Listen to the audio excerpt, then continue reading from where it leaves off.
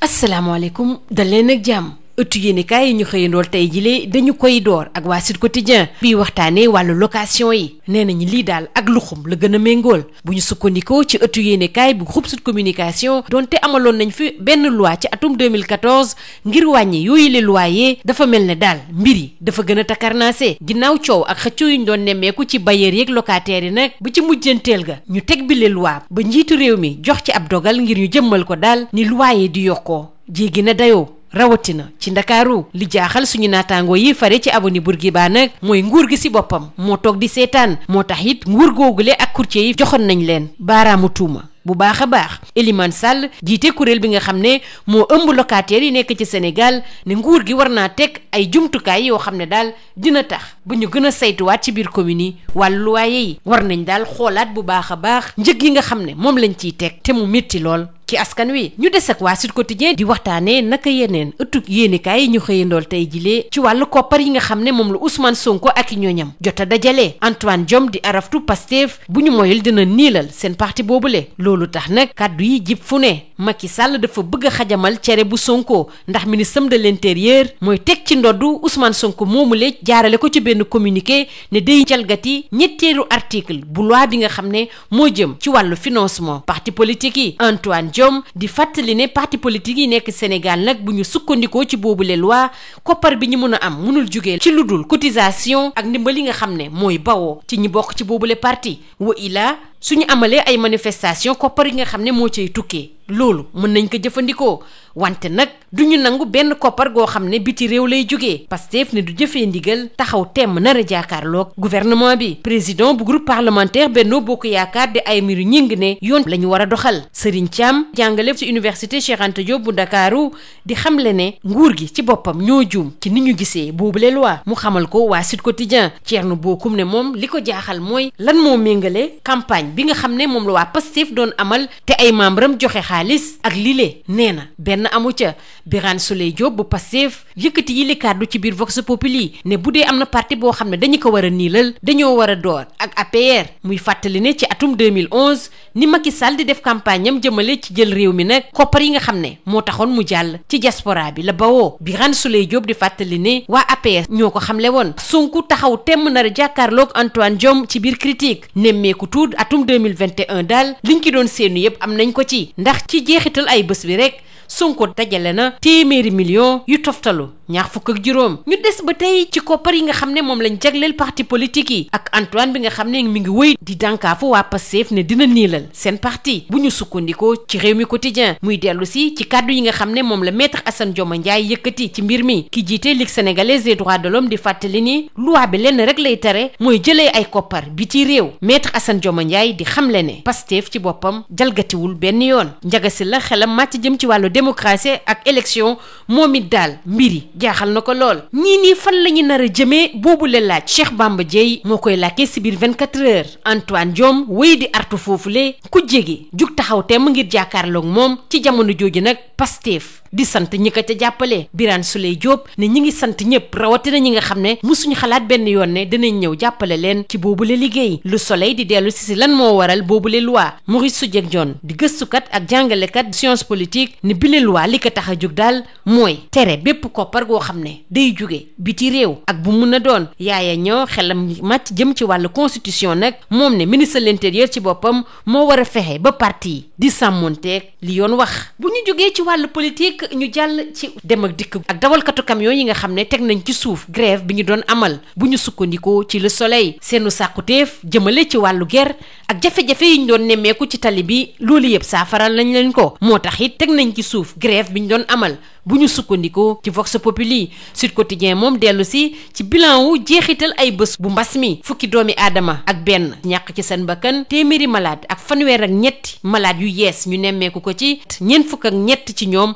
sonn lool ba ne si Sowétas mbiri daal mi ngi wéy di takkarnaase di gën a ub bopp yi bu ñu sukkandikoo ci 24 heures Libération bind ci xëtam bu njëkk ne Maguette Sène daal dañ koo weddi ba mu set wecc ci nii la lim nii la loon contrat yi nga xam ne dafa am ab foofu la ci COUD dañ ngi koy wéyal ba mu jeex. tàggat yaram dañu koy door ak waa SAD di ñu waxtaane atum 2021 bi atum élection la teg ci nag jëmale ñu ci coupe du monde. SAD di waxtaane présidence confédération africaine de football, fédération sénégalaise de football, ligue pro bi ak éliminatoire yi ñu nar a amal ngir dem ca mondial ba. SAD waxtaane it wàllu ligue 1 bi door ci jeexital ay bés bi ne Douane, Jàmbaar ak Génération Foot tegu nañu ci yoon. ñu jeexale kook sunu lomb bi waxtaane tey wàllu école bu Balla Gaye jot nañu am fanweeri ndam, ñaar fukki défaite ak juróom benn, jot naa am ñeenti nul ci diirub ñetti saison. sunu lomb ne Balla Gaye 2 daal muy buum di buum mi ci lamb ji. waa sunu lomb jox it kàddu ki nga xam ne moom lañ dénk wàllu tàggat yaram di Matar Ba mu dellu si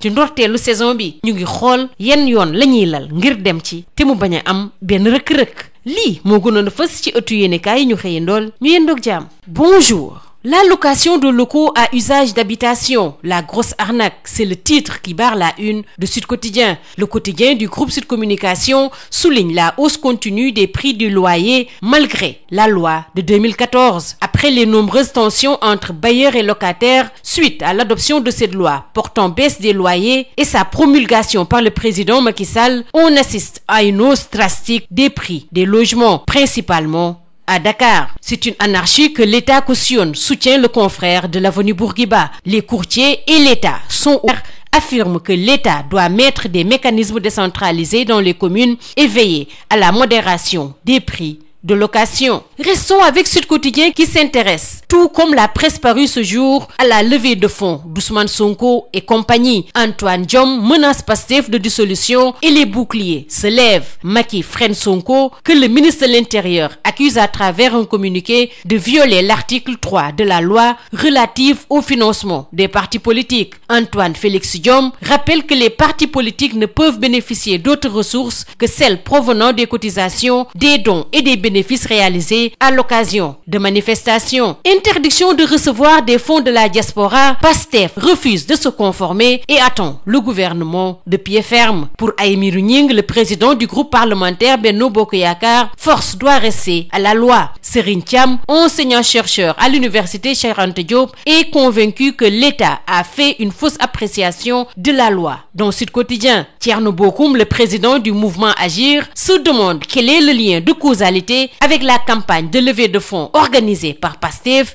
et financée par ses membres et sympathisants. Aucun, répond-il lui-même. Birane Souleye Diop de Pastef recadre le ministre dans Vox Populi. Il affirme que s'il faut dissoudre, il faudra commencer par l'APR. Il rappelle que la campagne présidentielle de Macky Sall en 2011 a été financée par la diaspora. Ils l'ont dit eux-mêmes. Sonko défie Antoine Diome dans Critique. Nemmeeku Tour 2021 est gagnant. Sonko a récolté 125 millions le temps d'un week-end. Financement des partis politiques, Antoine menace de dissoudre Pastef. Renseigne Rewmi Quotidien qui revient sur les vérités d'Assane Dioma Ndiaye, qui soutient également dans Les Échos que l'interdiction vise les subsides provenant de l'étranger. Le président de la Ligue sénégalaise des droits de l'homme affirme dans Le Quotidien que Pastef est dans son droit. Se prononçant également, Ndiaga Sylla, expert en démocratie et élection, parle du 2 poids, 2 mesures. Où vont-ils nous mener, l'on Cheikh Bamba Dièye dans 24 heures, qui informe que Diome menace, l'opposition cogne et Pastef remercie. Birane Souleye Diop déclare que la direction nationale du parti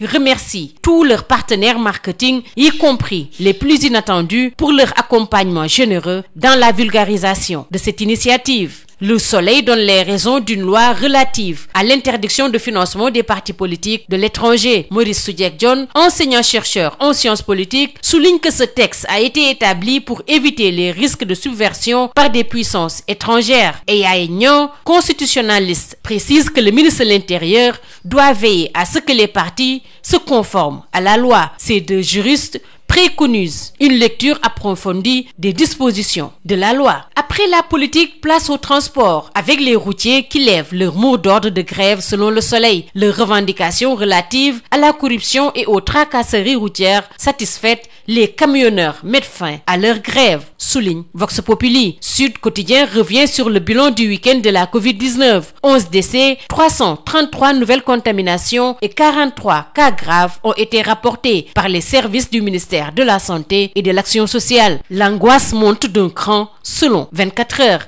Libération titre ce matin sur Maguette Sène désavoué suite à l'annulation de tous les CDD sans exception. Le directeur général du COUD a été désavoué par le président. Macky Sall a tout simplement déchiré la note de Maguette Sène. En clair, soutient Libération, les bénéficiaires de CDD vont conserver leur contrat jusqu'à terme. En sport, présidence de la CAF, Fédération sénégalaise de football, Ligue Pro, éliminatoire 2021, année électorale et rêve de mondial selon Le Quotidien du Sport. Janvier et mars restent deux dates à retenir pour Senghor. Au mois de mai 2021 va débuter les éliminatoires du mondial. Ça revient également sur la Ligue 1 sénégalaise sur le podium d'entrée. Douane, Jambar et GF bien lancés. Terminons par Sunu Lamb qui s'intéresse à l'école Balla Gaye. 30 victoires, 26 défaites, 4 nuls en 3 saisons. Balla Gaye 2 est le maître du jeu. Sunu Lamb donne également la parole à Matar Ba, le ministre des Sports, qui parle de l'ouverture de la saison. Il déclare: on cherche la meilleure formule. C'est tout. À vos journaux et très bonne lecture.